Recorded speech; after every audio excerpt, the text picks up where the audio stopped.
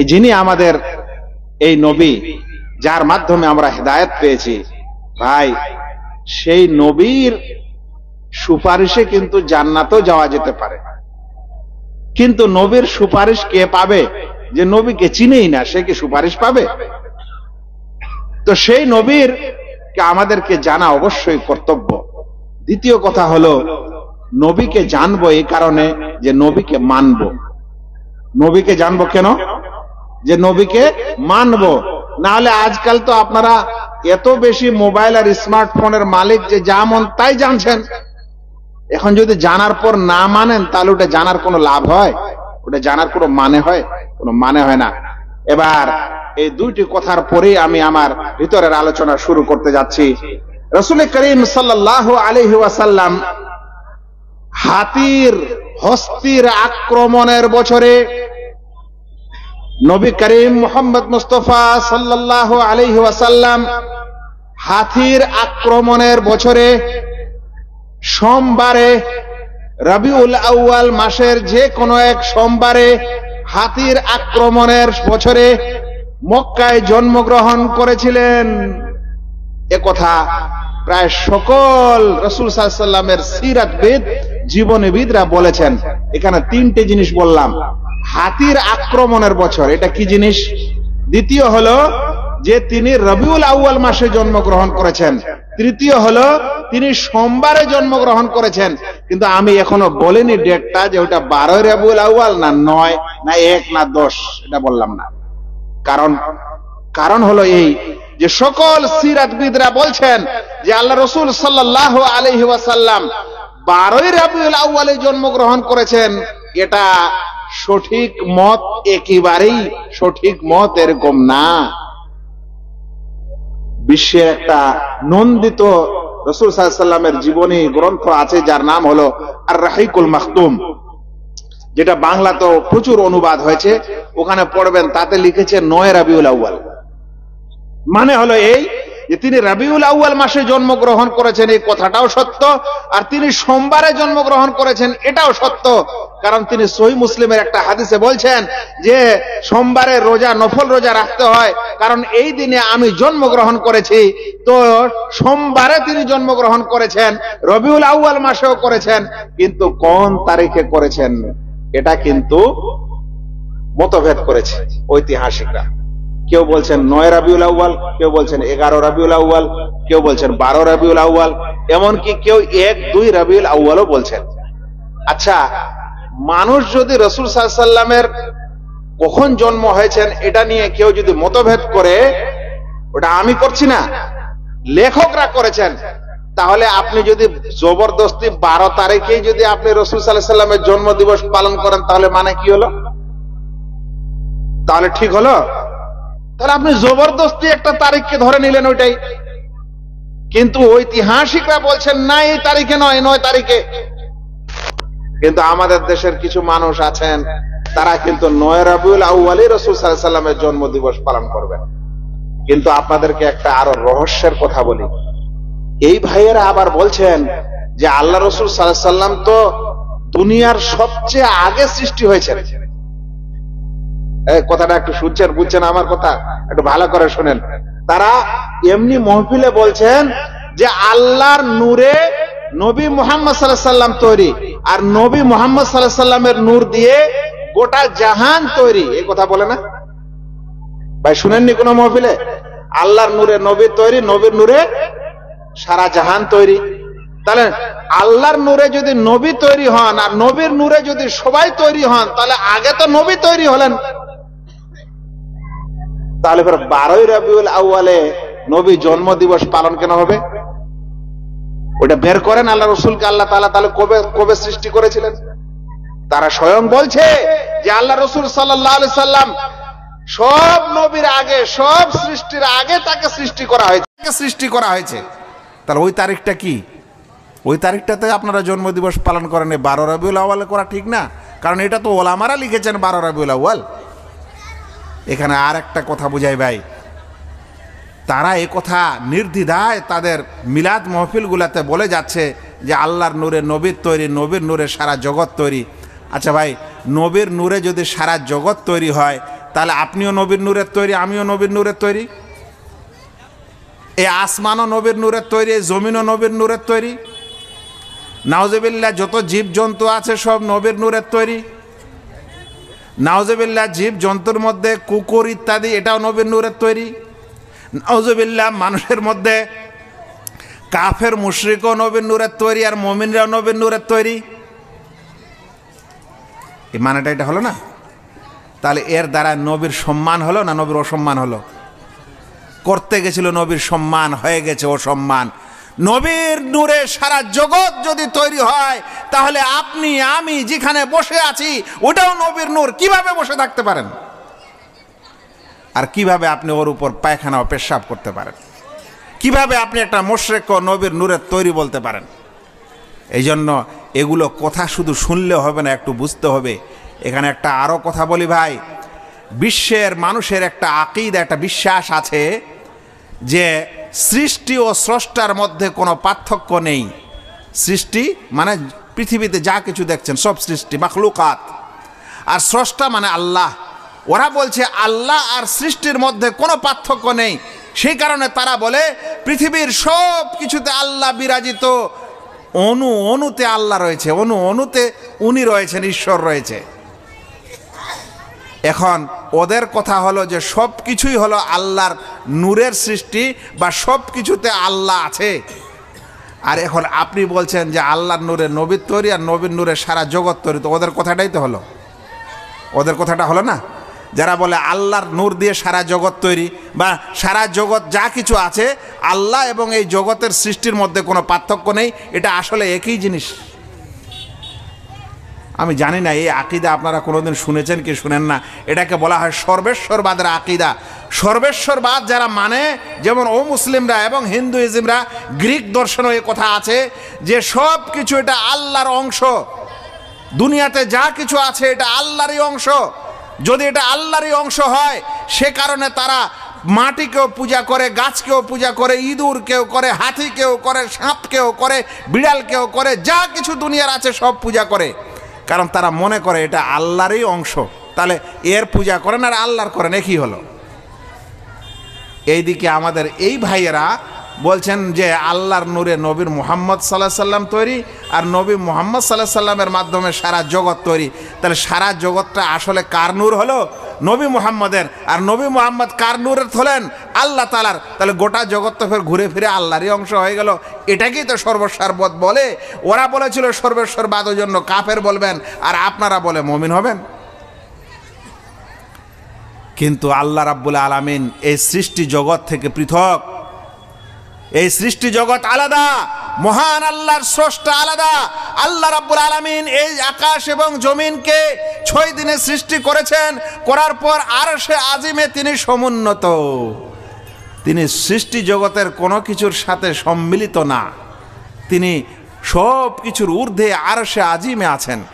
সেখান থেকে তিনি সারা বিশ্ব দেখেন ও শুনেন এবং সারা বিশ্ব পরিচালনা করেন। আবার রাতের 1/3 যখন বাকি থাকে, প্রতিদিন আল্লাহ রাব্বুল আলামিন আবার 1/3 রাত যখন বাকি থাকে, তখন দুনিয়ার আসমানে অবতরণ করেন। তিনি কোনো সৃষ্টি জগতের ভিতরে ঢুকে থাকলে তাকে অবতরণ করতে হতো না, তিনি অবতরণ করেন। আল্লাহ রাসূল সাল্লাল্লাহু আলাইহি ওয়াসাল্লাম বলছেন যে ইয়ানজিলু রাব্বুনা তাবারাকা ওয়া তাআলা ইলা সামাইদ দুনিয়া, আমাদের রব তাআলা তিনি দুনিয়াবি আকাশে অবতরণ করেন। হিনা ইয়াবকা সুলুসুল লাইলিল আখির, যখন রাতের 1/3 বাকি থাকে, ওই সময় আল্লাহ রাব্বুল আলামিন দুনিয়ার আকাশে অবতরণ করার পর বলেন, কে আছে যে আমার কাছে ক্ষমা চাইবে, আমি তাকে ক্ষমা করব। কে আছে যে আমার কাছে প্রার্থনা করবে, আমি তার প্রার্থনা কবুল করব। ভাইরা, এই সময় দোয়া করবেন। আপনারা অনেক মানুষ আমাদেরকে ফতোয়া টতোয়া ইত্যাদি জিজ্ঞাসা করেন যে শেখ এই ঝামেলায় ওই ঝামেলায় দোয়া করছি, কবুল হয় না, আল্লাহ এতদিন ধরে অসুখ, এতদিন ধরে এই কিচ্ছু ভালো হয় না। এটা হলো রাতের শেষ 1/3। এই সময় উঠে নামাজ পড়ে আল্লাহর কাছে দোয়া করবেন। এই সময় আল্লাহ তাআলা দোয়া কবুলের জন্য পৃথিবীতে চলে আসেন। আমি আমার বিষয়ে তো নিতেই পারবো না যদি এতগুলো ব্যাখ্যা বিশ্লেষণে যাই। আমি বলছিলাম যে আল্লাহ রাসূল সাল্লাল্লাহু আলাইহি ওয়াসাল্লাম হস্তির আক্রমণের বছর, এই বছর কাবাকে ভাঙার জন্য ইয়ামানের বাদশাহ আব্রাহা বিশেষ হাতির সেনা পাঠিয়েছিল।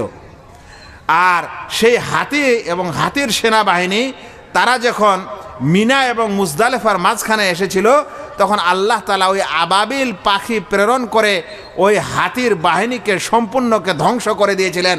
ওই বছরে আমাদের নবী মুহাম্মদ মুস্তাফা সাল্লাল্লাহু আলাইহি ওয়াসাল্লাম জন্মগ্রহণ করেছিলেন। ওই সূরা পড়েন না, আলাম তারা কাইফা ফাআলা রাব্বুকা বিআসহাবিল ফিল? তোমরা কি দেখনি আল্লাহ রাব্বুল আলামিন কি অবস্থা করলেন হাতিওয়ালাদের সাথে? ওইটাই অবস্থা। ওই বছর আমাদের রসুল করিম সাল্লাল্লাহু আলাইহি সাল্লাম জন্মগ্রহণ করেছেন। আমি বলছিলাম যে আল্লাহ রসুল সাল্লাল্লাহু আলাইহি সাল্লাম যখন জন্মগ্রহণ করলেন, ঠিক তখন তার পিতা মারা গেল, আব্বু মারা গেল, তিনি অনাথ হিসাবে জন্মগ্রহণ করলেন। মায়ের পেটেই আছেন। কিছু মতভেদ আছে ঐতিহাসিকদের কাছে যে মায়ের পেটে থাকার সময় মারা গেছিলেন না জন্মের পর মারা গেছিলেন, কিন্তু মারা গেছেন। আল্লাহ তাআলা কোরআনে বলছেন, আলাম ইয়াজিদকা ইয়াতীমান ফাআওয়া, আল্লাহ আপনাকে এতিম পায়নি কি, অতঃপর আপনাকে আল্লাহ রাব্বুল আলামিন স্থান দিয়েছেন, অতঃপর সম্মান দিয়েছেন, কত কি করেছেন। এটা ছিল আমাদের নবী মুহাম্মদ সাল্লাল্লাহু আলাইহি সাল্লামের জন্ম তারিখ। অতঃপর যখন জন্ম হলেন, তখন মক্কার সেই যুগের মানুষেরা দাই মাকে দুধ পান করতে দিত। দাই মা, এখন আর এই প্রথাটা নাই, আমাদের সমাজ থেকে প্রায় উঠে গেছে। ওই যুগে নিয়ম ছিল যে কোনো একজন মহিলাকে দুধ পান করতে দিত। আর বিশেষ করে শহরের মানুষেরা গ্রামের মহিলার কাছে বাচ্চাদেরকে পাঠিয়ে দিত। তার কারণ ছিল এই যে শহরের আবহাওয়া সেই যুগে ভালো ছিল না, সেজন্য তারা গ্রামের মহিলাকে দুধ পান করতে দিত, যেন ছোট বাচ্চা ওখানে দুধ পান করে বড় হয় আর শরীর স্বাস্থ্য ভালো হয়। তো রাসূল করিম সাল্লাল্লাহু আলাইহি ওয়াসাল্লাম তার যে দুধ মা ছিলেন, দাই মা ছিলেন, সেই দুধ মার নাম হচ্ছে হালিমা আস-সাদিয়া। আল্লাহ রসুল সাল্লাল্লাহু আলাইহি সাল্লাম তার কাছে দুধ পান করেছিলেন, নিজের মায়েরও পান করেছেন আর তার কাছেও দুধ পান করেছেন। এগুলা ঘটনা ইত্যাদি বলা যাবে না, সময় নাই। কিন্তু এই দুধ পান যখন করলেন আর ধীরে ধীরে ওই বানু সাদে যখন আল্লাহ রসুল একটু বড় হলেন, দৌড়াদৌড়ি করতে শিখলেন, খেলাধুলা করতে শিখলেন, ওই সময় একটা বড় দুর্ঘটনা, বলা যেতে পারে দুর্ঘটনা ঘটলো, কিন্তু আসলে ওটা দুর্ঘটনা নয়, এটা ছিল একটা সুসংবাদ। শুনেন, এই দুর্ঘটনাকে ইমাম মুসলিম রাহিমাহুল্লাহ বর্ণনা করছেন। আনাস রাদিয়াল্লাহু তাআলা আনহু থেকে বর্ণিত, তিনি বলেন, আন্না রাসূলুল্লাহ সাল্লাল্লাহু আলাইহি ওয়াসাল্লাম আতাহু জিবরিল, আল্লাহ রসুল সাল্লাল্লাহু আলাইহি সাল্লামের কাছে একদা জিবরিল আসলো। ওয়া হুয়া ইয়ালআবু মাআল গিলবান, যেই সময় আল্লাহ রসুল বাচ্চাদের সাথে খেলাধুলা করছিলেন। এই যে বাচ্চারা খেলাধুলা করছে, 7-8 বছর বয়সের বাচ্চারা, আমাদের নবী খেলাধুলা করছেন, ওই সময় চলে আসলো জিবরিল। কে আসলো? জিবরিল। এটা হাদিস, এটা আল্লাহ রসুল শোনাচ্ছেন আমাদেরকে। বলছেন ফাআখাযাহু ফাসারাহু, অতঃপর জিবরিল তাকে নিয়ে মাটিতে ফেলে দিলেন। মাটিতে ফেলে দিলেন আমাদের রসুল সাল্লাল্লাহু আলাইহি সাল্লামকে ধরে। তারপরে কি ঘটলো? ফাশাক্কা আন কলবিহি, অতঃপর তার সিনা চাক করা হলো, তার বক্ষ বিদীর্ণ করা হলো, তার হার্ট অপারেশন করা হলো। আল্লাহু আকবার। ছোট বাচ্চা, মোটামুটি 6 বছর বয়স, এই সময় যখন জিবরিল আলাইহিস সালাম আমাদের রসুলকে ধরে এই বক্ষ বিদীর্ণ করছিলেন, হার্ট অপারেশন করছিলেন, তখন বাকি তার সাথীরা দেখতে পেয়েছিল যে এই আমাদের সাথী মুহাম্মদকে এই লোকটা মেরে ফেলছে, কেটে দিয়েছে, হত্যা করছে। ও দৌড়, সব বাচ্চারা তার দাইমা মানে তার দুধ মার কাছে খবর দিতে যাচ্ছে, যে দৌড়ে যাচ্ছে সেই বাচ্চারা, যারা বলছে যে শুনেন শুনেন, মুহাম্মদ কাদ কুতিলা, মুহাম্মদকে হত্যা করে দেওয়া হয়েছে, তাড়াতাড়ি আসেন, তাড়াতাড়ি আসেন। তার দুধ মা ছুটে আসছেন। কিন্তু ঘটনাটা কি ঘটলো বাকিটা হাদিসে এসছে, ওটা আগে শুনিয়ে দিই। তারপরে কি হলো? যখন তার হার্ট অপারেশন হচ্ছে, এই সময় ফাস্তাখরাজাল কালবা, জিবরিল আলাইহিস সালাম আল্লাহ রসুল সাল্লাল্লাহু আলাইহি সাল্লামের হার্টকে বের করলেন। ফাস্তাখরাজা মিনহু আলাকাতান, এবং সেই হার্ট থেকে একটা অংশকে, একটা টুকরাকে বের করে নিলেন। ফাকালা হাদা হাদ্দু শাইতান মিনকা, এটা আপনার শরীরে, আপনার অন্তরে শয়তানের অংশ। হার্ট অপারেশন করার সময় একটা বিশেষ টুকরোকে বের করে আমাদের নবীকে ফেরেশতা জিবরিল বলছেন এটা তোমার শরীরের শয়তানের অংশ।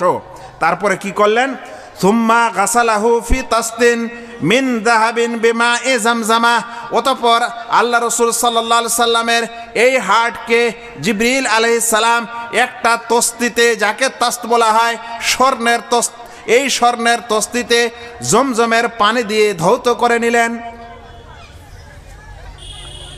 সুম্মা লাআমাহু, অতঃপর সিলাই করে দিলেন। ওটাকে বলা হয় মিলন করে দেওয়া, মানে ফাড়া হয়েছিল, তারপরে ওটাকে ধরে এইভাবে মিলিয়ে দেওয়া হলো। মিলিয়ে দেওয়ার অপারেশনটা এখন বর্তমান যুগে আবিষ্কার হয়েছে। এখন অনেক অপারেশনে আর সিলাই হয় না। যত উন্নত অপারেশন এখন আছে পৃথিবীতে, ইউরোপ আমেরিকা সহ আমাদের দেশও এসেছে, কিছু কিছু অপারেশনে এখন কি নাই? সিলাই নাই। ওটা এমন এক মেডিসিন দিয়ে দুই চামড়াকে একত্রিত করে দিচ্ছে, হয়ে যাচ্ছে। কিন্তু এখানে আল্লাহ রাসূল সাল্লাল্লাহু আলাইহি সাল্লামের যে ঘটনাটা হাদিসে বর্ণিত হয়েছে, এখানে সিলাইও করা হয়েছিল। শুনেন কিভাবে সেলাই করা হয়েছে। তারপরে বলছেন সুম্মা আআদাহু ফি মাকানিহি, অতঃপর আল্লাহ রাসূল সাল্লাল্লাহু আলাইহি সাল্লামকে ওই বাচ্চাদের মাঝ থেকে যে তুলে অন্য জায়গায় নিয়ে গেছিলেন, সেখান থেকে এই অপারেশন করার পর আবার বাচ্চাদের কাছে এসে রেখে দিলেন। দেওয়ার পর জিবরিল আলাইহিস সালাম সেখান থেকে চলে গেলেন। হাদিসটা ইমাম মুসলিম বর্ণনা করেছেন, 162 নম্বর হাদিস। আল্লাহ রাসূল সাল্লাল্লাহু আলাইহি সাল্লামের একজন খাদেম ছিল। খাদেম রাসূল সাল্লাল্লাহু আলাইহি সাল্লাম নিজে নেননি, একজন মা তার ছেলেকে, বলতে পারেন একটা দাদি ছিল, সেই দাদি আনাসকে আল্লাহ রাসূল সাল্লাল্লাহু আলাইহি সাল্লামের কাছে হাজির করে বলেছেন, আল্লাহ রাসূল এই বাচ্চাকে আমি দিচ্ছি, আপনি আপনার কাছে রাখেন, এর একটু খিদমত করেন, আপনার একটু খিদমত করবে, এই জন্য আপনার কাছে রেখে যাচ্ছি। নবী সাল্লাল্লাহু আলাইহি সাল্লামের খিদমত করার জন্য আনাস এর দাদি ও আনাসের মা আল্লাহ রাসূল সাল্লাল্লাহু আলাইহি সাল্লামের বাড়িতেই তাকে রেখে দিয়েছিলেন। ওই আনাস এই হাদিসটা বর্ণনা করছেন। আনাস রাদিয়াল্লাহু তাআলা আনহু বলছেন যে ওয়াল্লাহি আমি আল্লাহ রাসূল সাল্লাল্লাহু আলাইহি সাল্লামের এই বক্ষ বিদীর্ণ হওয়ার অপারেশনের যেই সেলাই করার দাগ ছিল, সেই দাগগুলো আমি আল্লাহ রাসূল সাল্লাল্লাহু আলাইহি সাল্লামের বক্ষ থেকে পেট পর্যন্ত আমি দেখেছি। এটা কে বলছেন? আনাস রাদিয়াল্লাহু তাআলা বলছেন। অন্য মানুষ দেখতে পাবে না গো। আল্লাহ রাসূল কাপড় খুলে থাকতেন না, তিনি খুবই লজ্জাশীল ছিলেন। এই জন্য আনাস যে খাদেম ছিল, ছোট ছিল, তো সে পেশাব পায়খানা করার জন্য পানি ইত্যাদি নিয়ে যেত, শরীরে কাপড় চোপড় ইত্যাদি আনতে হতো, আর কিছু হতো, সেই জন্য আনাস এটা দেখেছে এবং আনাস রাদিয়াল্লাহু তাআলা আনহু এটা বলেছিলেন। এটা আমাদের রাসূল সাল্লাল্লাহু আলাইহি ওয়াসাল্লামের ছোট্টকালে, বাল্যকালে তার হার্ট অপারেশনের একটি ঘটনা, যেটা সহিহ মুসলিমে স্পষ্টভাবে এসেছে। এরপর যখন দুধ মা আসলেন, এসে আমাদের রাসূল সাল্লাল্লাহু আলাইহি ওয়াসাল্লামকে দেখছেন যে একদম চেহারা ছবি বিগড়ে গেছে, মানে ভয়ে আতঙ্কে বাচ্চার যেরকম হয় হতভম্ব হয়ে গেছে। তখন তিনি বাচ্চাকে নিয়ে বাড়ি গেলেন। বাড়ি যাওয়ার পর তার মনে এটা আসলো যে এই ছেলে তো আর আমার না, আমাকে তো দুধ পান করতে দিয়েছে, আমি দুধ মা, তো বাচ্চাটার যখন এরকম অবস্থা হয়েছে তাহলে আমার কাছে না রেখে ওর মাকে ফিরিয়ে দেওয়া ভালো হবে।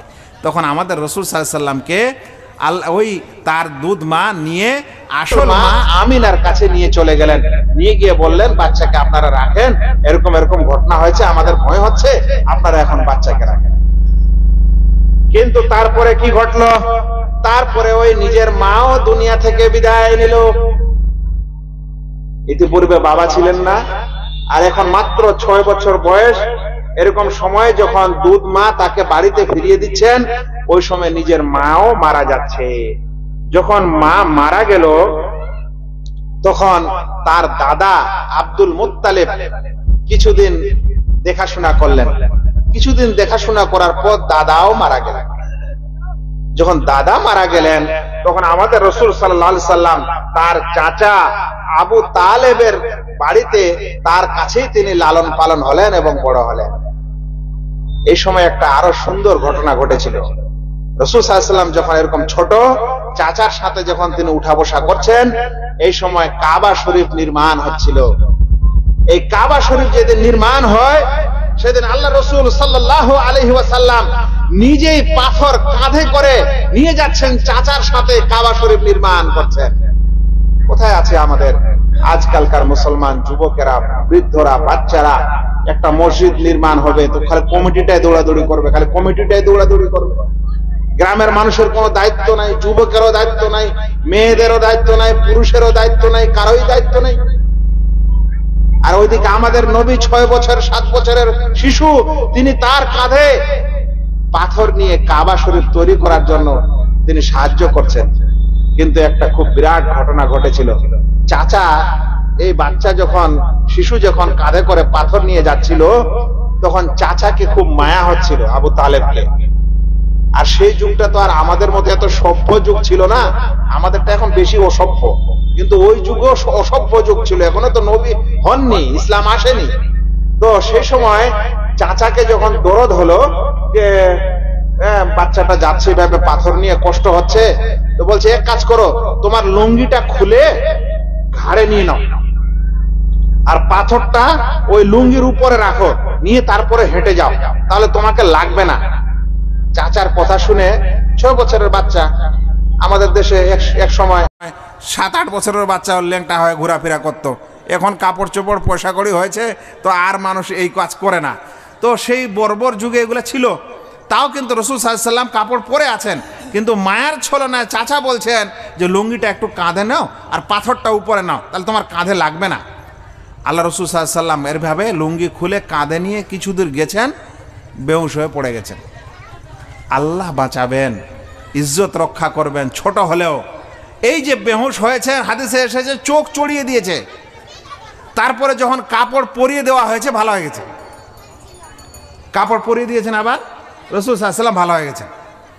বলছেন তারপরে আমাদের রাসূল সাল্লাল্লাহু আলাইহি ওয়াসাল্লামকে কখনো আর উলঙ্গ দেখা যায়নি। এটাই তার জীবনের শেষ, ওই 6-7 বছরের উলঙ্গ হওয়া, আর জীবনে তিনি কখনো উলঙ্গ হননি। আল্লাহু আকবার। এই নবীর আলোচনা শুনছেন আপনারা, অনেক ফতোয়া ফারাজ শুনেছেন। এখানে কি ভলেন্টিয়ার কেউ নেই? এখানে কি ভলেন্টিয়ার কেউ নেই?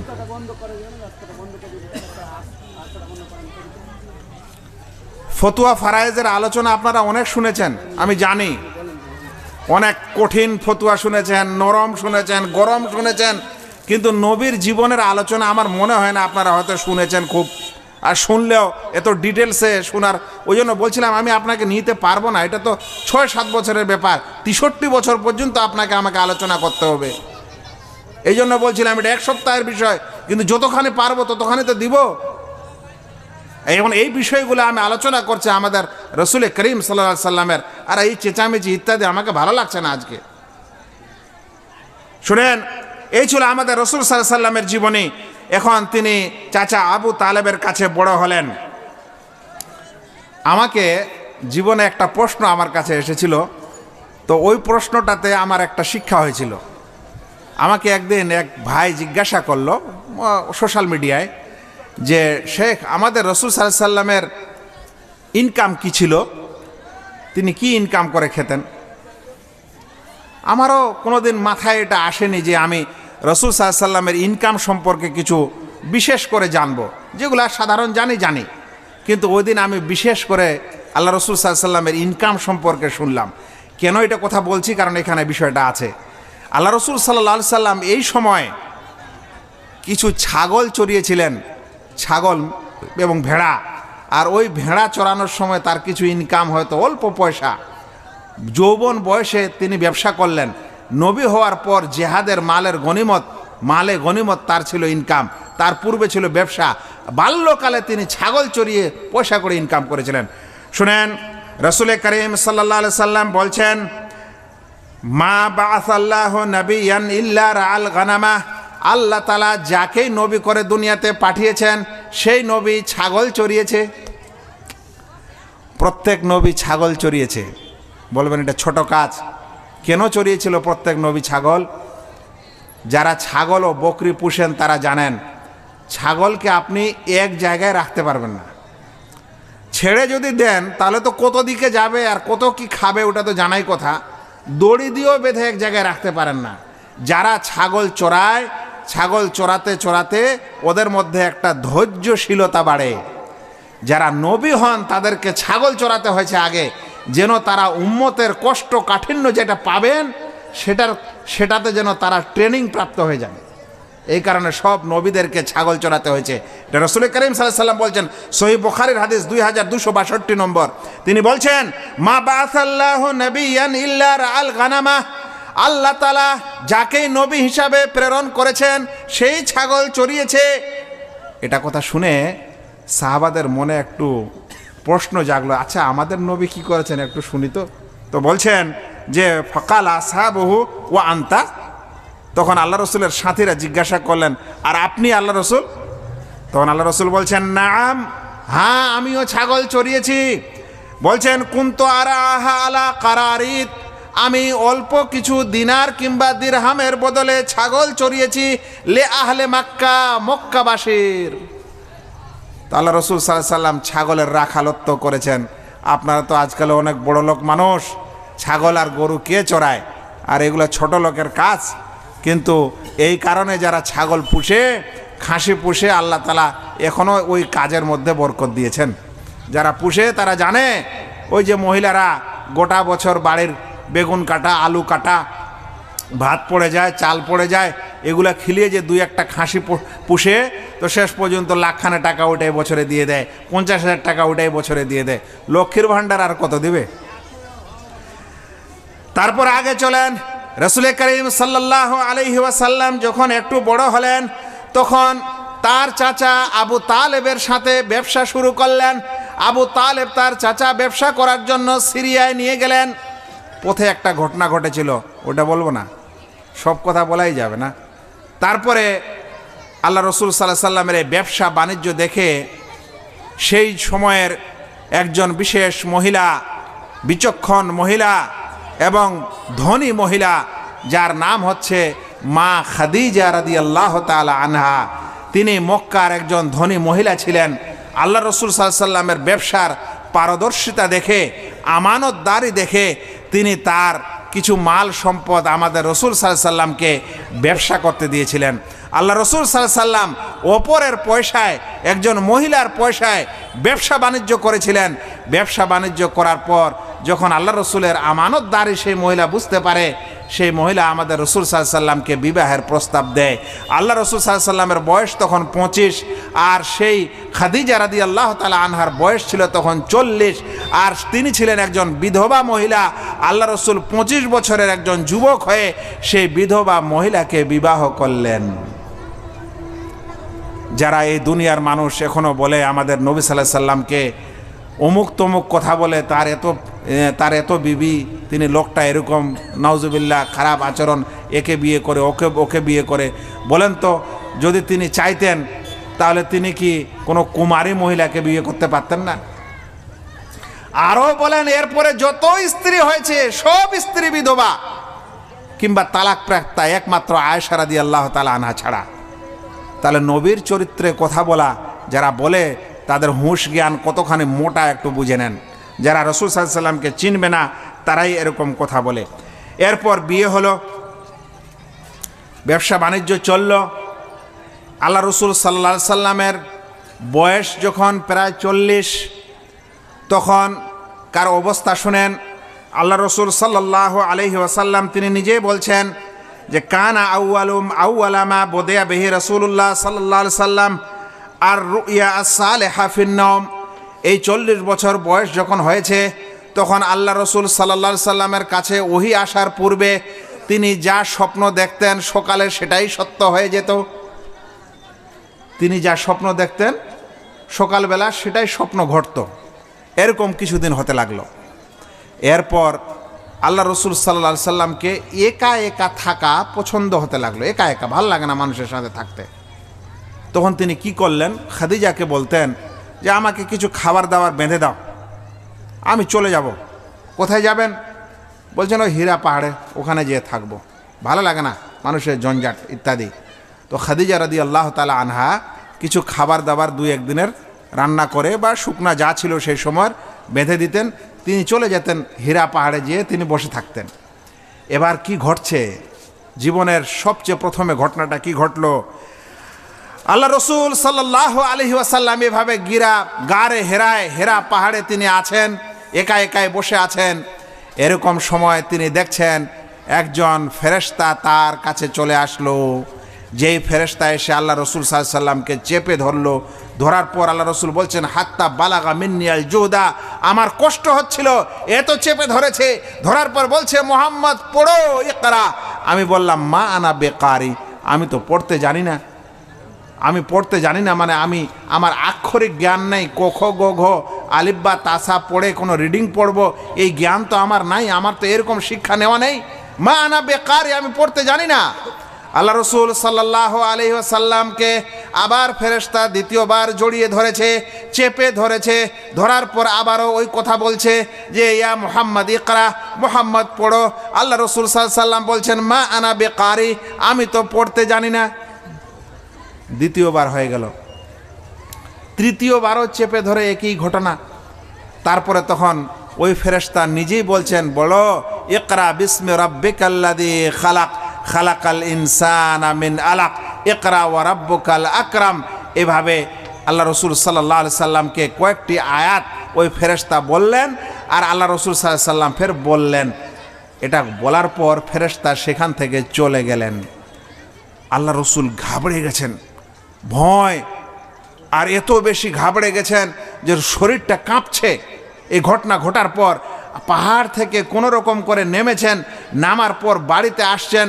হাদিসের শব্দ এসেছে তার জফো বাওয়াদেরোহ, আল্লাহ রসুল সাল্লাল্লাহু আলাইহি সাল্লামের ঘাড়ের রোগগুলা কাঁপছিল, স্কন্ধের রোগগুলা কাঁপছিল। মানুষ যখন বেশি ভয় পায় তখন মানুষের সামনে কাঁপে। আল্লাহ রসুল সাল্লাল্লাহু আলাইহি সাল্লামের জীবনের এরকম একটা ঘটনা, যেটা কোনো স্বাভাবিক ঘটনা ছিল না, এটা দেখে আল্লাহ রসুল সাল্লাল্লাহু আলাইহি সাল্লামের শরীর কাঁপতে লেগেছে। এই কাঁপতে কাঁপতে আল্লাহ রসুল সাল্লাল্লাহু আলাইহি সাল্লাম বাড়িতে পৌঁছেছেন। পৌঁছার পর খাদিজাকে বলছেন যে আমাকে তুমি একটা কাপড় পরিয়ে দাও, আমাকে একটা কম্বল উড়িয়ে দাও, আমাকে একটু রেস্ট নিতে দাও, আরাম করতে দাও। আমার সাথে খুব একটা কি ধরনের আচরণ হলো আমি বুঝতে পারছি না, কিন্তু আমাকে খুব ভয় লাগছে, আমাকে একটা আগে আরাম করতে দাও। আজকালও মানুষ বলে না, যখন খুব ঝামেলায় পড়ে, যে আমাকে একাই ছেড়ে দাও, আমি পরে কথা বলছি, একা ছেড়ে দাও। তো আল্লাহ রসুল বলছেন আমাকে ছেড়ে দাও একা, আর একটা কম্বল দাও, আমি একটু উড়ি। আল্লাহ রসুল কম্বল গুড়ে কিছুক্ষণ থাকলেন। যখন তার ফালাম্মা জাহাবা আনহুর রাও, তার থেকে যখন ভয় ভীতি চলে গেল, তখন আল্লাহ রসুল সাল্লাল্লাহু আলাইহি সাল্লাম খাদিজাকে বলছেন এই ঘটনা। আচ্ছা বলেন তো, আপনি একজন স্বামী হয়ে আপনার যদি একটা দুর্ঘটনা ঘটে যায় কোথাও রাস্তাঘাটে, যে কোনো ডাকাত ধরেছিল, আপনাকে চাকু দেখিয়েছিল, পিস্তল দেখিয়েছিল, বা একটু মেরেও দিয়েছিল, আঘাত হয়ে আছেন, এরপর বাড়িতে এসে যদি আপনার স্ত্রীকে এই ঘটনা বলেন, তাহলে সেই স্ত্রী কি করবে? কিছু স্ত্রী আছে কাঁদাকাটি শুরু করবে আপনার অবস্থা দেখে, কিছু স্ত্রী আছে চিল্লাচিল্লি শুরু করবে, কিছু স্ত্রী আছে ওর বাপ মাকে খবর দিবে, কিছু স্ত্রী আছে আর কিছু করবে, দিক বিদিক অবস্থা হবে। কিন্তু সেই মহিলা খাদিজা রাদিয়াল্লাহু তাআলা আনহা, তিনি কত বিচক্ষণ ছিলেন। তিনি এটা শোনার পর কি বললেন শুনেন। হাদিসের পরিভাষায় তিনি এটা শোনার পর বলছেন কাল্লা আবশির ফাওয়াল্লাহি লা ইউখজিকাল্লাহু আবাদা, কখনো না, আল্লাহ আপনাকে কখনো অপদস্থ করবে না, আপনি চিন্তা করেন না, আপনি সুসংবাদ নেন। কারণ ফাওয়াল্লাহি ইন্নাকা লাতাসিলুর রাহিম, কারণ আল্লাহর কসম আপনি সিলা রাহমি করেন, অর্থাৎ আত্মীয়তা বজায় রাখেন, আত্মীয়তার সম্মান করেন, আল্লাহ আপনাকে অপদস্থ করবে না। ওয়া তাসদুকুল হাদিস, আর আপনি সত্য কথা বলেন, আপনি মিথ্যুক মানুষ না, তাই আল্লাহ আপনাকে অপদস্থ করবে না। ওয়া তাহমিলুল কাল্লা, আপনি মানুষের বোঝা উঠান, অর্থাৎ মানুষের কষ্ট হলে সেই কষ্ট দূর করেন, আল্লাহ আপনাকে কখনো অপদস্থ করবে না। ওয়া তাকসিবুল মাদুম, আপনি অভাবী মানুষদেরকে সাহায্য করেন, যে মানুষ অভাবী মানুষকে সাহায্য করে আল্লাহ তাকে কখনো অপদস্থ করবে না। তারপরে বলছেন ওয়া তাকরিদ যায়ফা ওয়া তুঈনু আলা নাওয়াইবিল হক, এবং যত মুসিবত হয় সেই মুসিবতের সময় আপনি মানুষের পাশে দাঁড়ান, মানুষের সাহায্য সহযোগিতা করেন, আল্লাহ আপনাকে কখনো অপদস্থ করবে না। আচ্ছা, এটা কি আপনারা রাস্তা করে রেখেছেন? এখন আবার মোটরসাইকেলও যাচ্ছে। তা আমার কথাটা কি বুঝতে পারছেন না ভাই? এটা বন্ধ করেন, এখানে যাতায়াত বন্ধ করেন। এ তো রাস্তা আছে, ওটা বাদ দিয়ে জালসার ভিতর দিয়ে এটা কি টাঁ টাঁ করে যাওয়া আসা শুরু হয়েছে।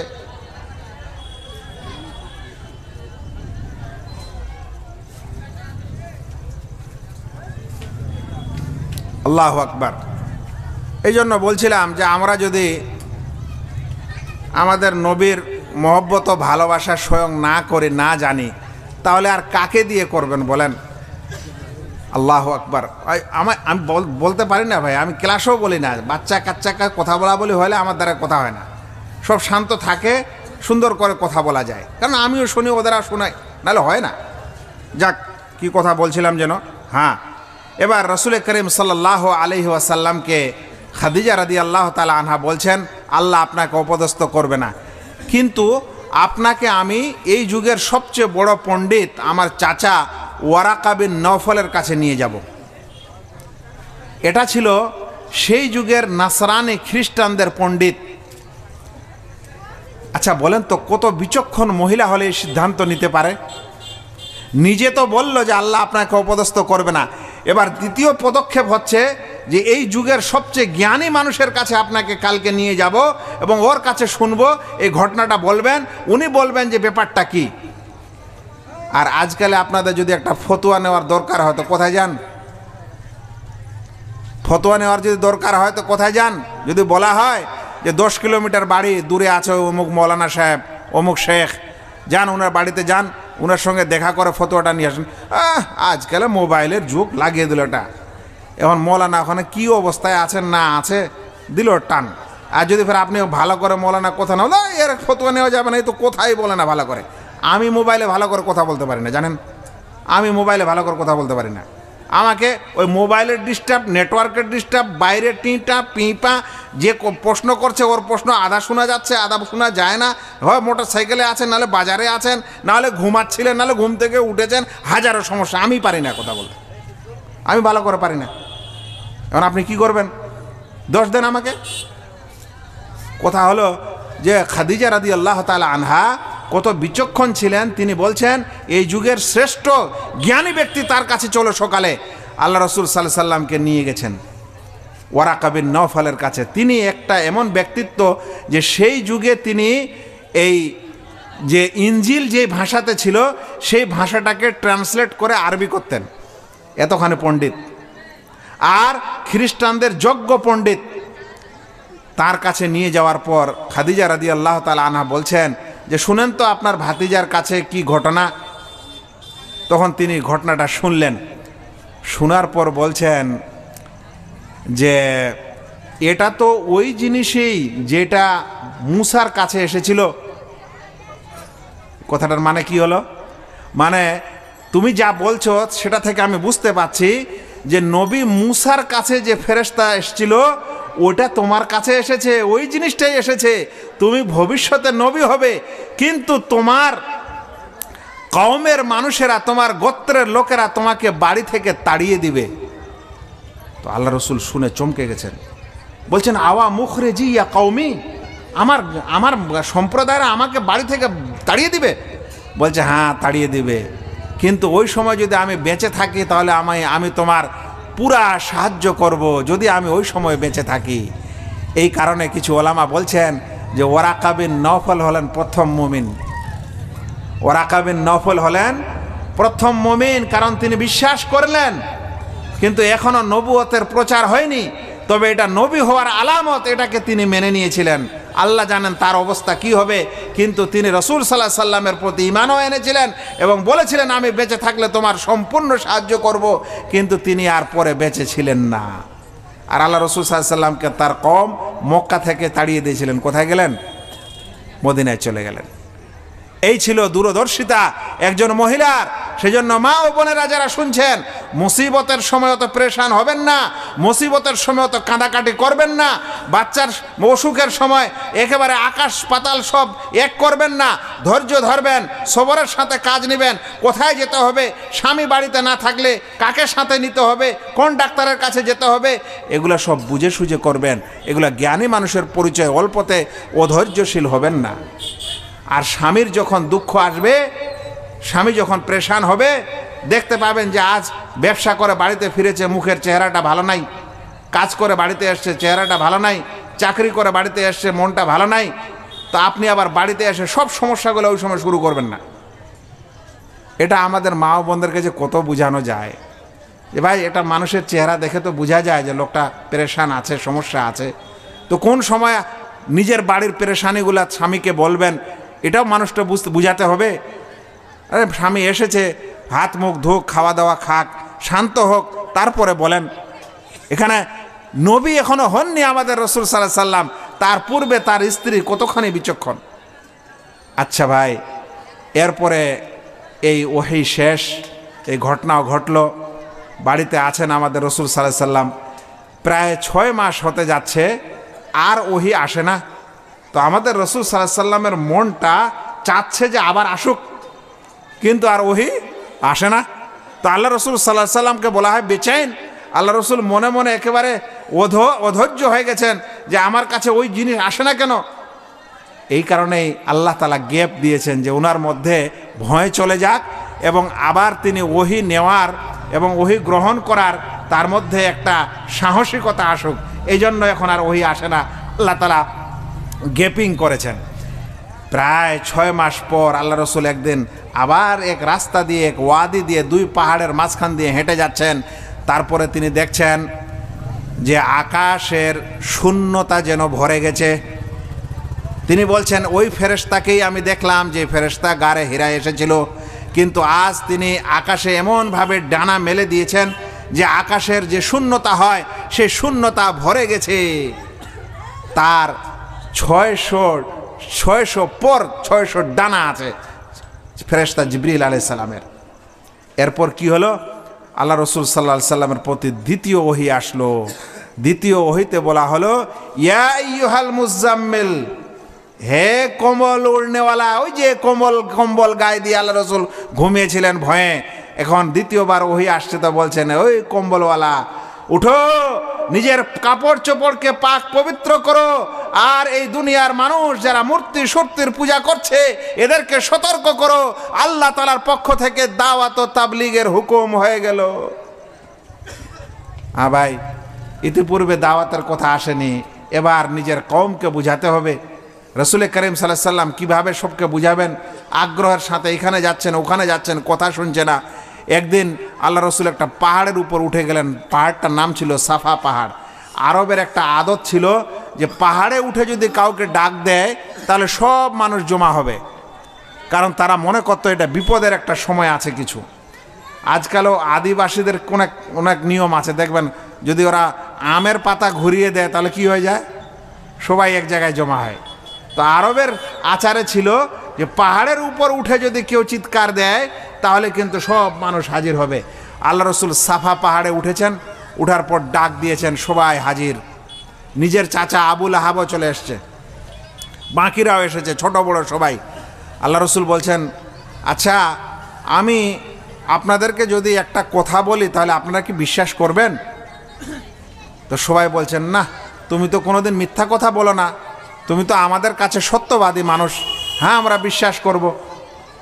বলছেন যে আমি যদি বলি যে এই পাহাড়ের পিছনে কিছু লস্কর আছে যারা আপনাদের উপর আক্রমণ করতে চাচ্ছে, তো আপনারা কি আমাকে বিশ্বাস করবেন?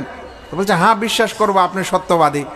বলছে যদি আপনারা আমাকে বিশ্বাস করেন তাহলে আপনারা যা কিছুর ইবাদত বন্দেগি করছেন এগুলা ছাড়তে হবে, যদি না ছাড়েন তাহলে জাহান্নামের আগুন পিছন থেকে আপনাদের এইভাবেই ধাওয়া করবে, এইভাবেই ধাওয়া করছে, আপনারা জাহান্নামে যাবেন, আপনারা এগুলা ছাড়েন।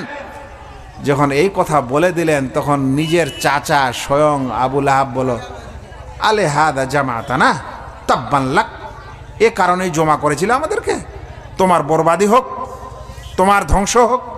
আচ্ছা ভাই, এতগুলা লোক আপনারা জমা হয়েছেন, এখানে যদি আমারও চাচা থাকতো আর এতগুলা লোক জমা হতো, আর যদি আমি আপনাদের একটা দিনের মাসলা বুঝাচ্ছি, এই সময় আপনারা বাদ দিয়ে যদি আমার নিজের চাচাটাই বলে যে এই কারণে ডেকেছিলে, তোমার ধ্বংস হোক, আমি গেলাম, তাহলে বাকি লোকেরা কি হবে? বাকি লোকদের কি অবস্থা হবে ভাই? নিজের চাচা এই কথা বলে দিল, দেওয়ার পর চলে গেল, ইমান কেউ আনছে না। আল্লাহ রসুল সাল্লাল্লাহু আলাইহি সাল্লাম খুব কষ্ট পেয়েছেন, অনেক তাকলিফ পেয়েছেন, মানে যাকে বলা হয় যে শেষ তাকলিফ পাওয়া, একেবারে তিনি মায়ুস, একেবারে তিনি মানে যাকে বলে যে সব নিরাশ হয়ে বসে আছেন। আল্লাহ তাআলা তখন আকাশ থেকে আবার ওহী অবতীর্ণ করছেন আল্লাহ রসুলকে তাসাল্লি দেওয়ার জন্য, আল্লাহ রসুল সাল্লাল্লাহু আলাইহি সাল্লামকে সান্ত্বনা দেওয়ার জন্য। ওই সময় সূরা লাহাব নাজিল হচ্ছে। আল্লাহ বলছেন, তাব্বাত ইয়াদা আবি লাহাবিন ওয়া তাব, যে মানুষ তোমাকে বলে গেল হে মুহাম্মদ যে তোমার হাত ধ্বংস হোক, আল্লাহ তাআলা কোরআনের আয়াত নাজিল করে বলছেন তাব্বাত ইয়াদা আবি লাহাবিন ওয়া তাব, ওই আবু লাহাবেরই 2 হাত ধ্বংস হোক। যে তোমাকে বলে গেল কি তোমার হাত ধ্বংস হোক, আল্লাহ আয়াত নাজিল করে বলছেন যে যে বলেছে ওই আবু লাহাবেরই 2 হাত ধ্বংস হোক। তারপরে তাব্বাত ইয়াদা আবি লাহাবিন ওয়া তাব মা আগনা আনহু মালুহু ওয়া মা কাসাব, তার মাল সম্পদ এবং যা কিছু ইনকাম করেছে কোনো কিছুই তার কাজে দিবে না, কোনো কিছুই তার কাজে দিবে না। ওর অহংকার ছিল তার মাল সম্পদের, তার ইত্যাদির, এগুলার কোনো কাজে দিবে না। এবং সেও জাহান্নামে যাবে, ওর স্ত্রীও জাহান্নামে যাবে, এবং তাদের গোলাতে রশি হবে, জাহান্নামের আগুন হবে এবং জাহান্নামের লকড়ি হবে। আল্লাহ রসুল সাল্লাল্লাহু আলাইহি সাল্লামের মনে একটা সান্ত্বনা পেল। তারপরে দাওয়াত তাবলীগের কাজ করছেন, এত কষ্ট, ঈমান আনে না। সবচেয়ে প্রথমে ঈমান আনলেন তো তার স্ত্রী খাদিজা রাদিয়াল্লাহু তাআলা আনহা। তারপরে নিজের একজন দোস্ত, যার সহপাঠীর জন্য দোস্ত ভালো রাখতে হয়, আবু বকর রাদিয়াল্লাহু তাআলা আনহু, দোস্তের মধ্যে তিনি ঈমান এনেছেন। আর বাচ্চাদের মধ্যে নিজের চাচাতো ভাই আলী রাদিয়াল্লাহু তাআলা আনহু ঈমান এনেছেন। আর মুষ্টিময় 2-4 জন গরিব মানুষ, বেলাল ইত্যাদি, এরা আর মানুষ ঈমান আনে না। তো আনে না। 10 বছর দাওয়াত তাবলীগ হচ্ছে মক্কায়, মানুষ ঈমান আনতে চানে না।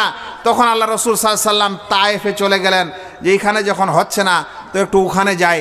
ওখানে গিয়ে এমন করে তাকে মারা হলো, অপদস্থ করা হলো যে তিনি জুতা জাম হয়ে গেছিল তায়েফ থেকে আসার সময় রক্তে, এবং সেখান থেকে ফিরে আসলেন। মক্কার মানুষেরা দেখছে এই মুহাম্মদ তো দাওয়াত কিছুতেই ছাড়ে না। তো যখন ছাড়ে না, তাহলে কিছু একে লোভ টোভ দেওয়া যাক। কি লোভ দিবেন? কোনো সময় টাকার লোভ, যেমন আজকালকে পার্টিতে দেওয়া হয়, আমাদের ওই পার্টি ছেড়ে দেন, আমাদের কাছে আসেন, নেন এত কোটি টাকা, এমএলও ভাঙেন, এমপিও ভাঙেন। আমাদের রাসূল সাল্লাল্লাহু আলাইহি সাল্লামকে টাকা দেওয়া হলো। আবার দ্বিতীয় লোভ দেওয়া হচ্ছে যে সবচেয়ে ভালো সুন্দরী মেয়ে চাও, ওকে বিবাহ দিব, ওখানেও কিছু হয় না। আবার বলছে এই দিব সেই দিব, যখন দেখলো কিছুই হচ্ছে না তখন বলছে একে বয়কট করো। একে কি করো? একে বয়কট করো। মক্কার নিজের পাড়া প্রতিবেশীর মানুষেরা, আত্মীয় স্বজনেরা আল্লাহ রসুল সাল্লাল্লাহু আলাইহি সাল্লামকে নিজের বাড়ি থেকে বের করে 3 বছর শিআবে আবি তালেবের নামে এক স্থানে তাকে বয়কট করে দিল। এই সময় কথা বলা হয়েছে এই মুসলিম ভাইয়েরা যারা বয়কট ছিল, তারা চামড়া পর্যন্ত খেয়েছে, চামড়া, খাওয়ার কিছু পায়নি, পাতা খেয়েছে, গাছের পাতা আর চামড়া। ওই সকল মুসলমানের মাধ্যমে ইসলাম পেয়েছেন ভাইয়েরা, ওই নবীর মাধ্যমে ইসলাম পেয়েছেন। দরদ নাই, তার কোনো অধিকার হক আমাদের উপর নাই। এরপর এই ঘটনা যখন ঘটে গেল, দেখছে তাও হয় না, এরপরও কিছু হয় না, তাও দাওয়াত চলছে। তখন মক্কার লোকেরা বলল, তাহলে এখন একে হত্যাই করতে হবে, একে দুনিয়া থেকে বিদায় করতে হবে, না হলে আর হবে না। যেদিন বিদায় করার, মানে রাসূল সাল্লাল্লাহু আলাইহি সাল্লামকে হত্যা করার, মার্ডার করার সম্পূর্ণ পরিকল্পনা হয়ে গেল, আল্লাহ তাআলা আমাদের নবীকে বলে দিলেন যে আজ তুমি হিজরত করো, তোমার দেশ ছাড়ো। আল্লাহ রসুল সাল্লাল্লাহু আলাইহি সাল্লাম নিজের বিছানায় তার ওই চাচাতো ভাই আলী রাদিয়াল্লাহু তাআলা আনহুকে শুয়ে দিলেন। দেওয়ার পর রাতের অন্ধকারেই তিনি বেরিয়ে গেলেন। কিন্তু যখন হিজরত করতে বের হলেন, তখন হিজরতের এই রাস্তা, মক্কা থেকে মদিনা যে যেতে হবে, এই রাস্তা তিনি চিনেন না। সেই জন্য একজন ব্যক্তিকে তিনি রাস্তা চেনার জন্য নিলেন সাহায্যকারী হিসাবে। ওটা কিন্তু একজন অমুসলিম ছিল। কি ছিল?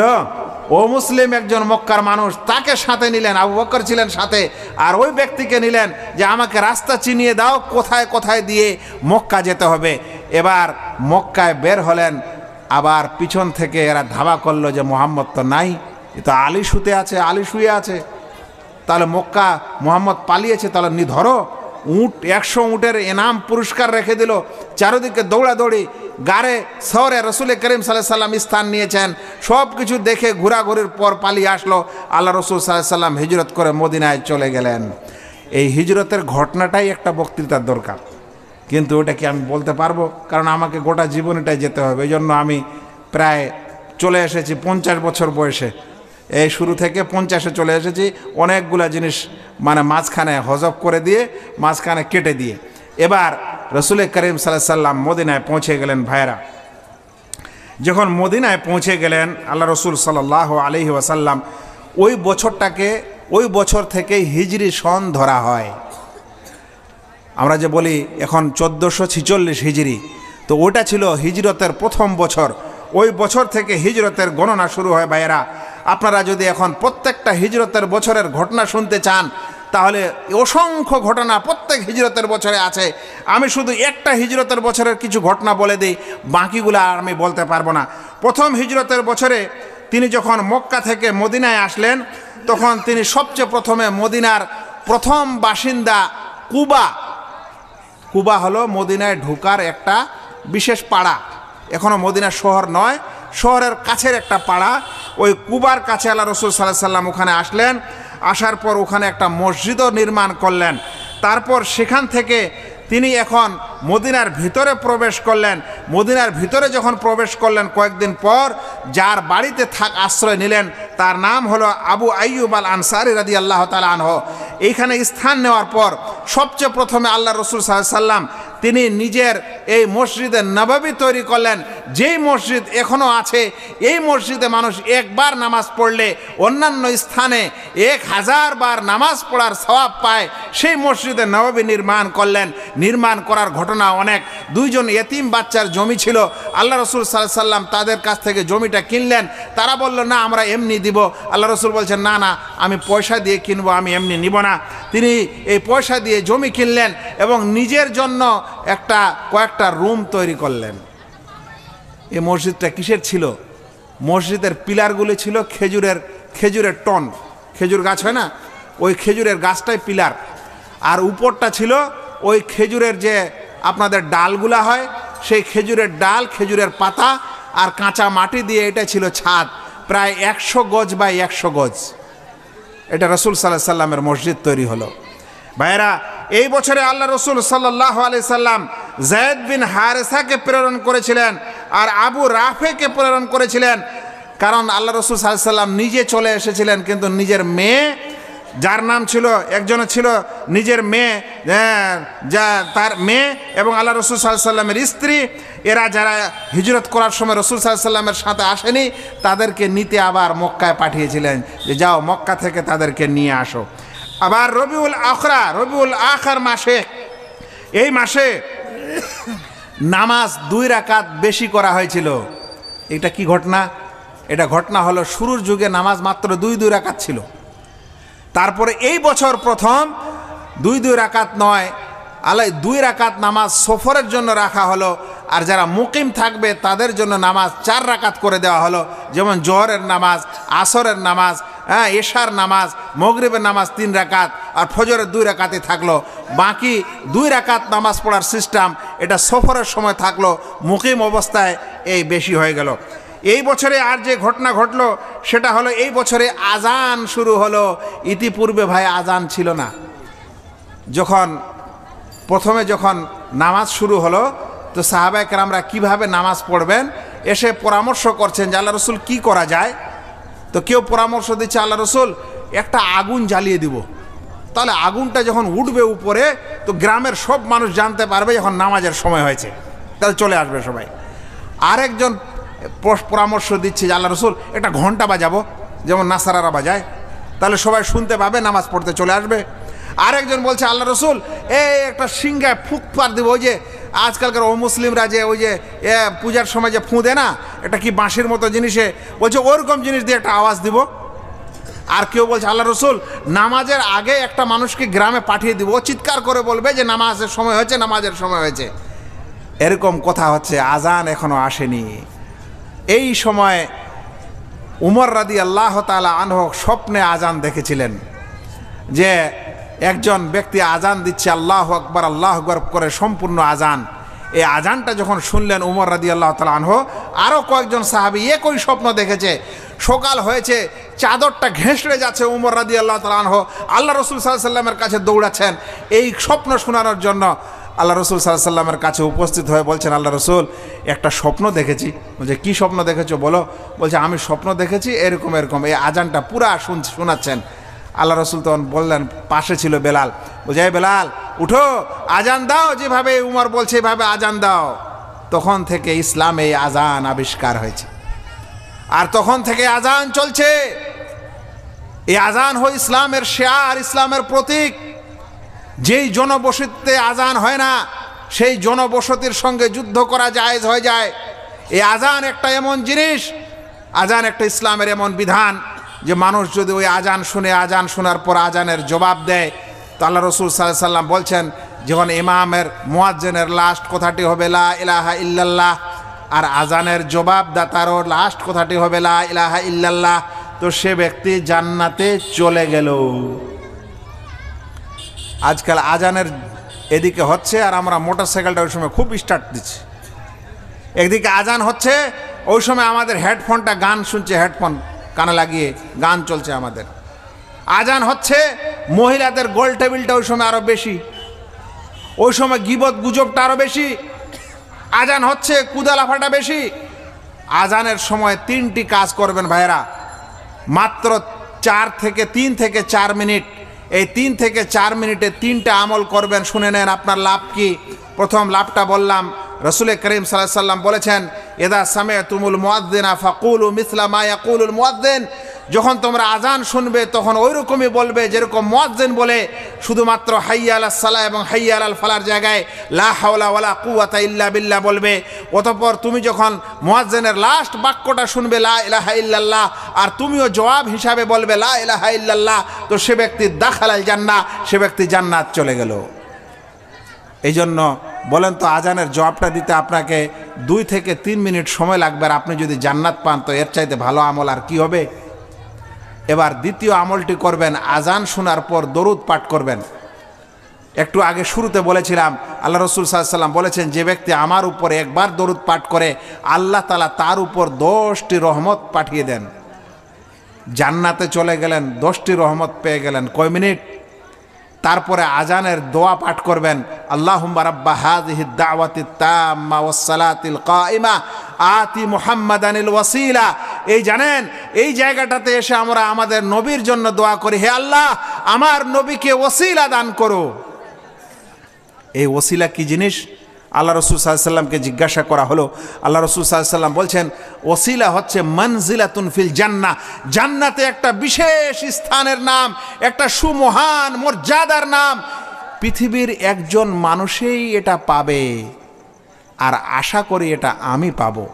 তাই কোনো মানুষ যদি আমার জন্য ওসিলার দোয়া করে, হাল্লাত লাহু শাফাআতি ইয়াউমাল কিয়ামাহ, তাহলে সেই ব্যক্তির জন্য কিয়ামতের দিনে সুপারিশ করা আমার উপর ওয়াজিব হয়ে যাবে। ভাই, আজানের জবাব দিলেন, তারপরে দরুদ পাঠ করলেন, তারপরে আজানের দোয়াটা পাঠ করলেন। দোয়াটা পাঠ করলে আল্লাহ রসুল সাল্লাল্লাহু আলাইহি ওয়াসাল্লাম আপনার জন্য সুপারিশ করবেন। আজ দুনিয়ার মানুষ সুপারিশ করতে যাচ্ছে, কার কাছে সুপারিশ নেবে?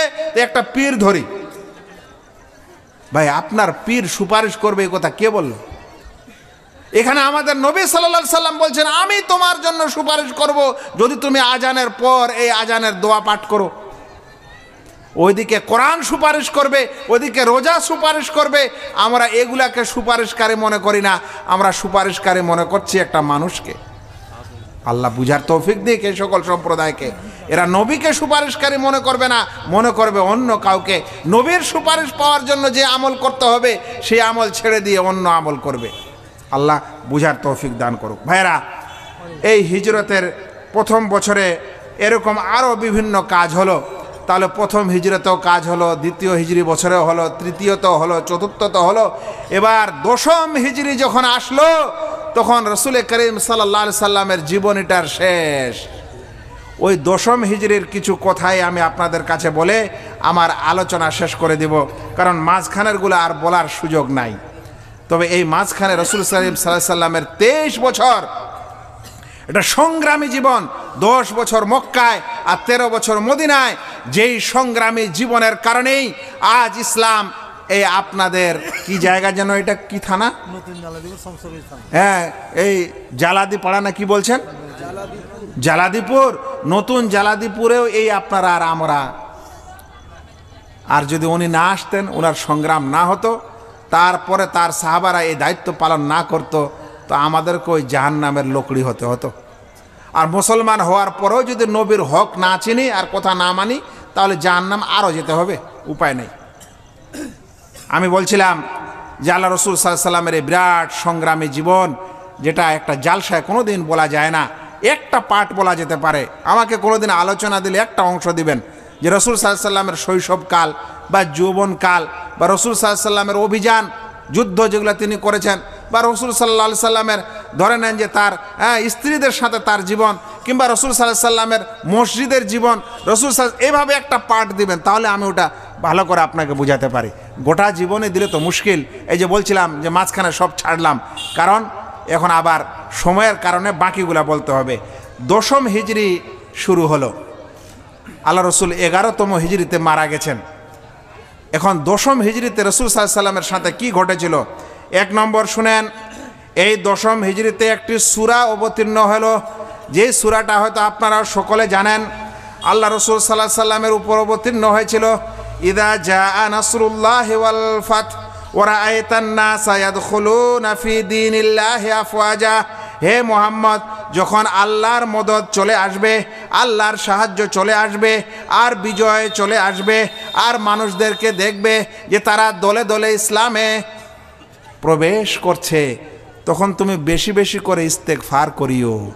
এই সূরাতে ইশারা ছিল যে মানুষেরা যখন অধিক হারে ইসলাম গ্রহণ করবে আর বিজয় দেখবে, মানে মক্কা বিজয় হয়ে যাবে, যেই মক্কা থেকে তোমাকে তাড়ালো সেই মক্কা বিজয় হয়ে গেল, তখন তুমি ভেবে নিও তোমার জীবনটা শেষ দিকে, ওই সময় তুমি বেশি বেশি করে তাসবিহ তাহলিল পাঠ করিও। বুঝতে পারছেন ভাই? এই সূরাটাতে রাসূল সাল্লাল্লাহু আলাইহি সাল্লামকে ইঙ্গিত দেওয়া হয়েছে। এই 10ম হিজরিতে রসুল করিম সাল্লাল্লাহু আলাইহি সাল্লামের কাছে বিশ্ব থেকে বেশি বেশি করে ডেলিগেটস আসতে লাগলো। আল্লাহ রসুল সাল্লাল্লাহু আলাইহি সাল্লামের ইসলাম চারিদিকে ছড়িয়ে গেছে, মানুষেরা জানতে পেরেছে, সবাই একটা করে টিম তৈরি করছে, আর আল্লাহ রসুল সাল্লাল্লাহু আলাইহি সাল্লামের কাছে উপস্থিত হচ্ছে, শুনতে আসছে যে ইসলাম কি জিনিস, যে ইসলাম আজ আরবে বিজয় লাভ করেছে, চারিদিকে জয় লাভ করেছে। যারা তাকে আজ অপদস্থ করেছিল, বাড়ি থেকে বের করেছিল, হত্যা করতে চেয়েছিল, তারাও আজ ইসলাম গ্রহণ করেছে। ইসলাম আরব থেকে বেরিয়ে মিশর চলে গেছে, বাহরাইন চলে গেছে, আরও কিছু দ্বীপে চলে গেছে, আবার ওই দিকে হাবশায় চলে গেছে, যেটাকে বর্তমানে ইথিওপিয়া বলা হয়। বিশ্বের মানুষেরা আল্লাহ রসুল সাল্লাল্লাহু আলাইহি সাল্লামের কাছে আসতে লাগলো। এই সময় যেমন ওয়াফদে গামেদ, ওয়াফদে খাওলান, ওয়াফদে আরও কিছু আল হারেস, এ সকল কিছু আল্লাহ রসুল সাল্লাল্লাহু আলাইহি সাল্লামের কাছে আসলো। অতঃপর আপনারা জানেন যে একটা মানে ইসলামিক বছর শুরু হয় মুহররম মাস থেকে। তো মুহররম মাসে 10ম হিজরি শুরু হয়েছে। অতঃপর যখন রমজান মাস আসলো, তখন আল্লাহ রসুল সাল্লাল্লাহু আলাইহি সাল্লাম ওই বছর 20 দিন ইতিকাফ করলেন।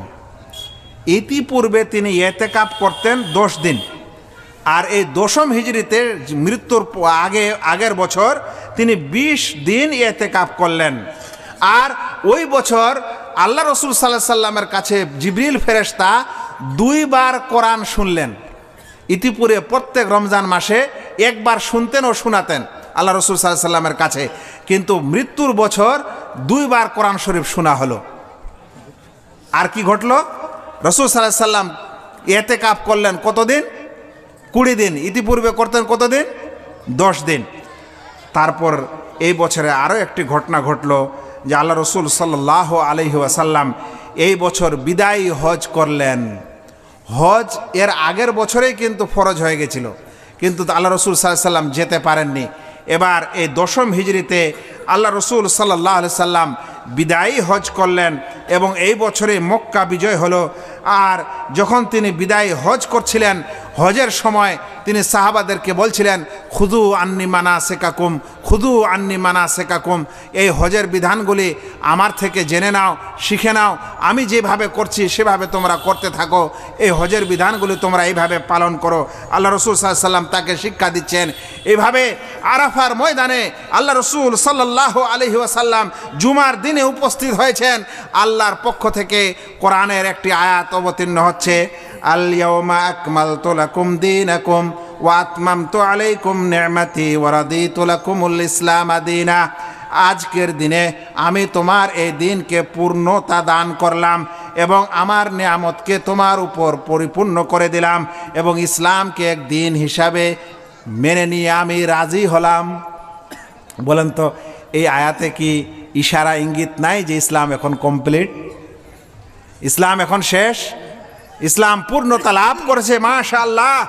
এই আয়াত অবতীর্ণ হলো, রাসূল করিম সাল্লাল্লাহু আলাইহি ওয়াসাল্লাম বুঝতে পারছিলেন যে হয়তো জীবনের শেষ দিক শুরু হয়ে গেছে। এই বছরেই আর একটি অঘটন ঘটল। আল্লাহ রসুল সাল্লাল্লাহু আলাইহি সাল্লামের একজন সন্তান, যার নাম ছিল ইব্রাহিম।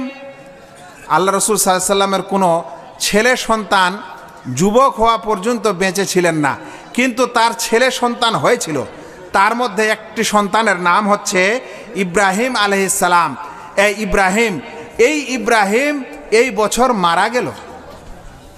আল্লাহ রসুল সাল্লাল্লাহু আলাইহি সাল্লামের সন্তান পুত্র ইব্রাহিম সেই 10ম হিজরিতে মারা যাচ্ছে। আর এটাই সেই বছর ছিল যে বছরে সূর্যের গ্রহণ লাগলো, যেদিন ইব্রাহিম মারা গেল। যেদিন ইব্রাহিম মারা গেল সেদিন সূর্যে গ্রহণ লাগলো। তখন মক্কার মানুষেরা বলতে লাগলো যে আল্লাহর রসুলের ছেলে মারা গেছে বলে এই সূর্যে গ্রহণ লেগেছে। তখন আল্লাহ রসুল সাল্লাল্লাহু আলাইহি ওয়াসাল্লাম সূর্য গ্রহণের নামাজ আদায় করলেন। আদায় করার পর খুতবা দিলেন। এই খুতবার দেওয়ার সময় তিনি স্পষ্টভাবে বললেন যে হে মানুষেরা, তোমরা জেনে রাখো যে এই সূর্য এবং চন্দ্র এটা হচ্ছে আল্লাহ তাআলার নিদর্শন। কোনো মানুষের মৃত্যুতে কিংবা কোনো মানুষের জন্ম হওয়াতে এই সূর্য গ্রহণ লাগে না, এটা আল্লাহ তাআলার নিদর্শন। এর মাধ্যমে আল্লাহ তাআলা তোমাদেরকে সতর্ক করতে চায়। মক্কার মানুষের আকীদা খারাপ, সেজন্য তারা ভাবছিল যে মুহাম্মদের পুত্র ইব্রাহিম মারা গেছে বলে সূর্যে গ্রহণ লেগেছে। আল্লাহ রসুল সাল্লাল্লাহু আলাইহি সাল্লাম স্পষ্ট করে দিলেন যে না, সূর্যের গ্রহণ এই কারণে লাগেনি। এরপর 10ম হিজরি শেষ, 11তম হিজরি শুরু হলো। 11তম হিজরি মুহররম মাসে শুরু হয়। তারপরে দ্বিতীয় মাস হচ্ছে মুহররমের পর সফর মাস। এই সফর মাসে আল্লাহ রসুল সাল্লাল্লাহু আলাইহি ওয়াসাল্লাম একদিন রাত্রিবেলা বাকিউল গারকাত, যেটা মদিনার কবরস্থান, সেখানে বের হলেন। হওয়ার পর রাত্রিবেলা দোয়া করে সেখান থেকে ফিরলেন। এরপর সফর মাসের শেষে একদিন আল্লাহ রসুল সাল্লাল্লাহু আলাইহি সাল্লাম এক জানাজায় শরীক হলেন। জানাজা থেকে বাড়িতে আসার সময় তিনি অসুস্থ হয়ে গেলেন। তখন থেকে তার হালকা হালকা জ্বর শুরু হয়েছে। এবার সফর মাস যেমন যেমন বেশি, অতঃপর রবিউল আউয়াল মাস শুরু হয়ে গেল। এই রবিউল, আল্লাহ রসুল সাল্লাল্লাহু আলাইহি সাল্লাম এই 13 দিন অসুস্থ অবস্থায় ছিলেন মৃত্যুর আগে। এই 13 দিনের মধ্যে রবিউল আউয়াল মাস শুরু হলো। আর আল্লাহ রসুল সাল্লাল্লাহু আলাইহি সাল্লামের রোগ ব্যাধি বেড়ে গেল। তখন আল্লাহ রসুল সাল্লাল্লাহু আলাইহি সাল্লাম মাইমুনা রাদিয়াল্লাহু তাআলা আনহার ঘরে ছিলেন। সময়ের 5 মিনিট লাগবেই, এটা অবশ্যই 5 মিনিট আগে বলবেন। রসুল সাল্লাল্লাহু আলাইহি সাল্লামের শেষ কথা চলছে, 5-7 মিনিট পরে শেষ হবে ইনশাআল্লাহ। এবার শুনেন, আল্লাহ রসুল সাল্লাল্লাহু আলাইহি সাল্লাম মাইমুনার ঘরে ছিলেন। তখন আল্লাহ রসুলের সব স্ত্রীরা বললেন যে আল্লাহ রসুল আয়েশার ঘরে থাকার ইচ্ছা ব্যক্ত করছেন। তাই আয়েশার ঘরে আল্লাহ রসুলকে পাঠিয়ে দেওয়া হলো। তিনি সেখানে তার শেষ স্থান বা শেষ জীবনের শেষ দিনগুলি সেখানে থাকলেন। এবার রবিউল আউয়াল মাসের মৃত্যুর 5 দিন পূর্বে কি ঘটল? 5 দিন পূর্বে রাসূল করিম সাল্লাল্লাহু আলাইহি সাল্লাম একটি খুতবা দিলেন। সেই খুতবায় আনসারদের, মুহাজিরদের সবকে উপদেশ দেওয়ার পর একটি বড় উপদেশ দিয়েছিলেন। আল্লাহ রসুল বলেছিলেন যে ওই সম্প্রদায়ের উপর অভিশাপ হোক, ইহুদি এবং খ্রিস্টানদের উপর অভিশাপ হোক, এরা নবীদের কবরকে মসজিদ বানায়। আল্লাহ রসুল বুঝতে পেরেছিলেন আমি মারা যাব, হতে পারে মানুষেরা আমার কবরকে মসজিদ বানাবে। এই জন্য রসুল করিম সাল্লাল্লাহু আলাইহি ওয়াসাল্লাম বলছেন আনাল্লাহুল ইয়াহুদা ওয়ান নাসারা, আল্লাহ ইহুদি এবং খ্রিস্টানদের উপর অভিশাপ, কারণ এরা তাদের নবীদের কবরকে মসজিদে বানিয়েছে। আমার কবরকে এরকম তোমরা মসজিদে বানিয়ে রূপান্তরিত করো না। রবিউল আউয়াল মাস প্রায় শেষ হতে গেল, এখন আর কয়েকদিন বাকি আছে। এরকম সময় আল্লাহ রসুল সাল্লাল্লাহু আলাইহি ওয়াসাল্লাম নিজের রুম থেকে মসজিদে যেতে পারছেন না, অসুখ এত বেশি। আল্লাহ রসুল বললেন আবু বকরকে নামাজ পড়াতে বলো। আবু বকর রাদিয়াল্লাহু তাআলা আনহু নিজের রসুল সাল্লাল্লাহু আলাইহি ওয়াসাল্লামের জীবদ্দশাতেই তিনি কয়েকদিন ইমামতি করলেন এবং লোকদেরকে নামাজ পড়ালেন। তারপরে এই দিনেই, এই সপ্তাহে একদিন আল্লাহ রসুল সাল্লাল্লাহু আলাইহি ওয়াসাল্লাম একটু শরীরটা সতেজ মনে করলেন। তখন দুইজন সাহাবী, একজন হচ্ছেন আব্বাস আর দ্বিতীয়জন হচ্ছেন আলী রাদিয়াল্লাহু তাআলা আনহু, ওই দুজনকে ডাকলেন। তাদের দুই কাঁধে হাত রেখে মসজিদে উপস্থিত হয়েছেন। আবু বকর নামাজ পড়াচ্ছে। আল্লাহ রসুলকে আসতে দেখে আবু বকর পিছিয়ে হটতে চাচ্ছিলেন। আল্লাহ রসুল বললেন না, নিজের স্থানে থাকো। আল্লাহ রসুল সাল্লাল্লাহু আলাইহি সাল্লাম আবু বকরের পাশে বসে গেলেন। বসে বসে তিনি নামাজ পড়াতে লাগলেন। আবু বকর দাঁড়িয়ে আছেন, পিছনের সাহাবীরা আবু বকরকে দেখে ইক্তেদা করছে, আর আবু বকর রাদিয়াল্লাহু তাআলা আনহু আল্লাহ রসুল সাল্লাল্লাহু আলাইহি সাল্লামকে দেখে ইক্তেদা করে নামাজ আদায় করলেন।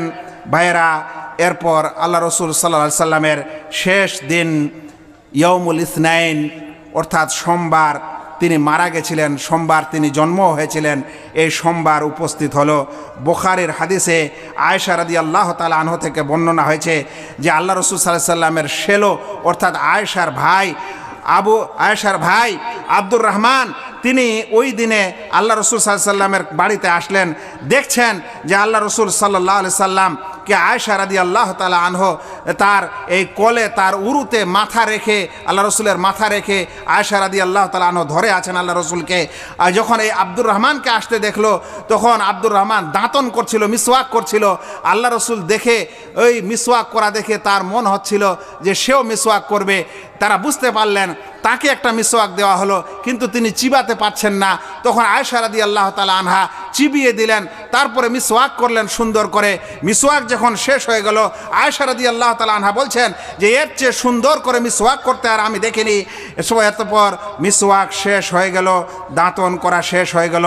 এরপর আল্লাহ রসুল সাল্লাল্লাহু আলাইহি সাল্লাম তার হাতকে, তার আঙ্গুলকে আকাশের দিকে তুলে বললেন ফির রাফিকিল আলা, অর্থাৎ এই সময় ফেরেশতা আমাদের নবী সাল্লাল্লাহু আলাইহি সাল্লামকে এ কথা বলতে এসেছিলেন যে আপনি যদি জীবনের, এই দুনিয়ার জীবনে বাঁচতে চান, তো আপনার নবীকে এটা ইখতিয়ার দেওয়া আছে যে তারা এই দুনিয়ার জীবনে বেঁচে থাকতে পারে। কিন্তু আল্লাহ রসুল ইশারা বলছেন যে না, আমি দুনিয়ার জীবন চাই না, আমি রাফিকে আলা, এই সমূহান উপরে যিনি আমার রব আছেন, আমি তারই সঙ্গী হতে চাই। এইবার তিনি 3 বার এই কথাটি বলার পর তার নিঃশ্বাস সেখানেই শেষ হয়ে যায়। আল্লাহ রসুল সাল্লাল্লাহু আলাইহি সাল্লাম এই পৃথিবী থেকে বিদায় নেন। এটা ছিল রসুল করিম সাল্লাল্লাহু আলাইহি সাল্লামের শেষ আমল এবং শেষ কথা। আয়েশা রাদিয়াল্লাহু তাআলা আনহা বলছেন মাতান নবী সাল্লাল্লাহু আলাইহি সাল্লাম ওয়া ইন্নাহু লাবাইনা হাকিনাতি ওয়া যাকিনাতি, আল্লাহ রাসূল সাল্লাল্লাহু আলাইহি সাল্লাম মারা গেছেন এই অবস্থায় যে তার মাথা আমার এই থুতনি এবং আমার এই গলদেশের মাঝখানে ছিল। এখানে মাথা রেখে আমার রাসূল সাল্লাল্লাহু আলাইহি সাল্লাম এই দুনিয়া থেকে বিদায় নিয়েছেন। হে আল্লাহ, আমরা আমাদের নবীকে দেখিনি। হে আল্লাহ, আমরা আমাদের নবীকে দেখিনি, কিন্তু তিনি আমাদের বলেছেন যে আমার উম্মতের মানুষেরা দাড়ি রাখবে, তাই আমরা দাড়ি রেখেছি। দুনিয়ার মানুষ অপদস্থ করে, কিন্তু আমরা সহ্য করি।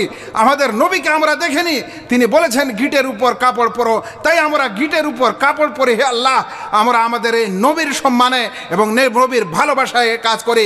হে আল্লাহ, তোমার নবীকে আমরা দেখিনি, কিন্তু তিনি আমাদের যা কথা বলেছেন আমরা সেটা মানার যথাসাধ্য চেষ্টা করে। আল্লাহ, আমাদের অন্তরে যদি তার নবীর ভালোবাসা থাকে, আমাদের অন্তরে যদি আপনার নবীর ভালোবাসা থাকে, সম্মান থাকে, আল্লাহ, তাহলে তুমি আমাদের এই নবীর শাফাত আমাদেরকে নসিব করিও, তার সাথে আমাদেরকে জান্নাত যাওয়ার তৌফিক দান করিও।